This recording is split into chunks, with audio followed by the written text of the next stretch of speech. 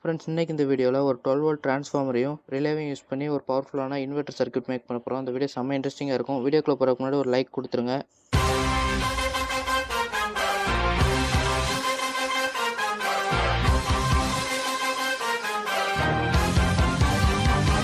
நம்ம inverter make பண்ணுறதுக்கு main component இந்த மாதிரி டிரான்ஸ்ஃபார்மர் தான். நான் 12012 3 ஆம்ப் டிரான்ஸ்ஃபார்மர் எடுத்துருக்கேன். நீங்கள் 120 டிரான்ஸ்ஃபார்மர் கூட எடுத்துக்கோங்க. ஆனால் ஆம்ப் மட்டும் கொஞ்சம் அதிகமாக இருக்க மாதிரி 3 ஆம்புக்கு மேலே இருக்க மாதிரி எடுத்துக்கோங்க.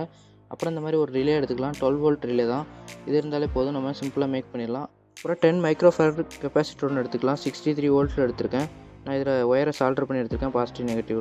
இன்வெர்ட்டரில் இருந்து வர ஏசி அவுட்புட்டை நம்ம யூஸ் பண்ணுறதுக்காக இந்த மாதிரி 5 பின் சாக்கெட் ஒன்று எடுத்திருக்கேன். இதில் தான் நம்ம எல்இடி கனெக்ட் பண்ணி டெஸ்ட் பண்ணி பார்க்க போகிறோம். நான் டிரான்ஸ்ஃபார்மரை ஃபிக்ஸ் பண்ணுறதுக்காக ஒரு வுட்டை யூஸ் பண்ணி ஒரு ஃப்ரேம் மாதிரி ரெடி பண்ணி எடுத்திருக்கேன். இதில் டபுள் சைட் டேப் யூஸ் பண்ணி டிரான்ஸ்ஃபார்மரை அப்படி ப்ளேஸ் பண்ணிடலாம்.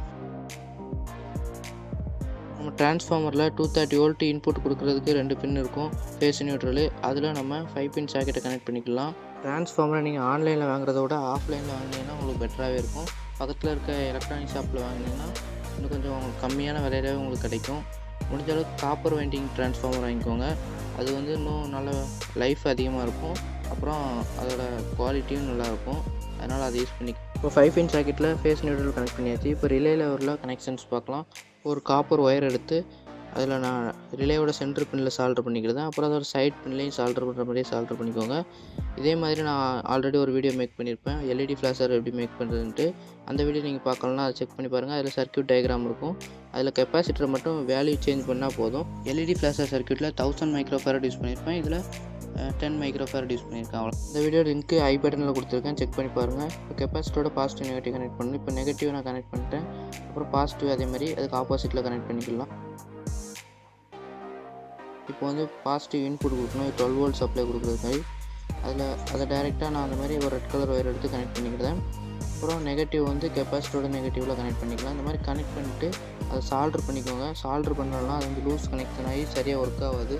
அதனால் நம்ம சால்டர் பண்ணோம்னா இன்னும் பெர்ஃபெக்டாக இருக்கும். இதில் ஸ்விட்சிங் பண்ணி அவுட்புட் எடுக்கணும். அந்த அவுட்புட்டுக்காண்டி பாசிட்டிவில் டைரெக்டாக ரெட் கலர் ஒயர் சால்டர் பண்ணிக்கலாம். அப்புறம் நெகட்டிவ் வந்து கெப்பாசிட்டரோட பாசிட்டிவில் கனெக்ட் பண்ணிக்கலாம். அவ்வளோதான், ரிலேயில் நம்ம பண்ணுற ஒர்க்லாம் கம்ப்ளீட் ஆகிடுச்சு. இப்போ ஒரு 9 வாட்ஸ் பல்ப் எடுத்து ஹோல்டரில் கனெக்ட் பண்ணிக்கிறேன். அதில் ஒயர் கனெக்ட் பண்ணி எடுத்துருக்கேன். அந்த ஒயரை நம்ம 5 பின் சாக்கெட்டில் ஃபேஸ் நியூட்ரல் இருக்கிற இடத்துல கரெக்டாக ப்ராப்பராக ஃபிக்ஸ் பண்ணிக்கிறேன்.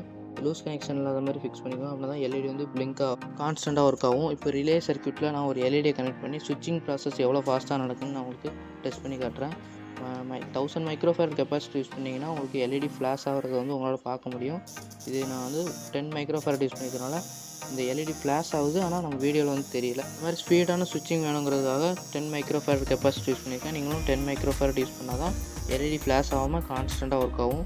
சர்க்யூட்டை டிரான்ஸ்ஃபார்மரில் இம்ப்ளிமெண்ட் பண்ணி எப்படி ஒர்க் ஆகுன்னு டெஸ்ட் பண்ணி பார்க்கலாம். இது டெஸ்ட் பண்ணுறதுக்கு முன்னாடி பேட்டரி எடுத்து நான் டேரெக்டாக 12 ஒயர் எடுத்திருக்கேன். அதை டேரெக்டாக வச்சு எடுக்கும்போது எல்இடி வந்து பிளிங்க் ஆகலை, அந்த ஸ்பீடு வந்து பத்தலை. இந்த ஸ்விட்சிங் ஸ்பீடை இன்க்ரீஸ் பண்ணுறதுக்காக தான் நம்ம ரிலேவையும் கெப்பாசிட்டியும் யூஸ் பண்ணியிருக்கோம்.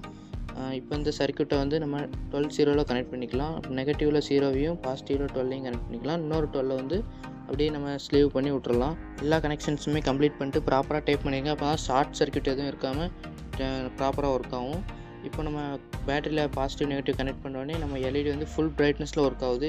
ஏசி சப்ளையில் எந்த அளவுக்கு பவர் இருக்குமோ அதே அளவு இருக்குது. இதை யூஸ் பண்ணி நீங்கள் மொபைல் சார்ஜிங் கூட யூஸ் பண்ணிக்கலாம். அவ்வளோதான் ஃப்ரெண்ட்ஸ், வீடியோ பிடிச்சிருந்தா ஒரு லைக் கொடுத்துட்டு இது போல் இன்ட்ரெஸ்டான வீடியோஸ் பார்க்கணும் நம்ம சேனலை சப்ஸ்கிரைப் பண்ணிட்டு பக்கத்தில் இருக்க பெல் ஐக்கான் ஆல்ல போட்டுக்கோங்க. தேங்க்யூ ஃபார் வாட்சிங். Seeing next video.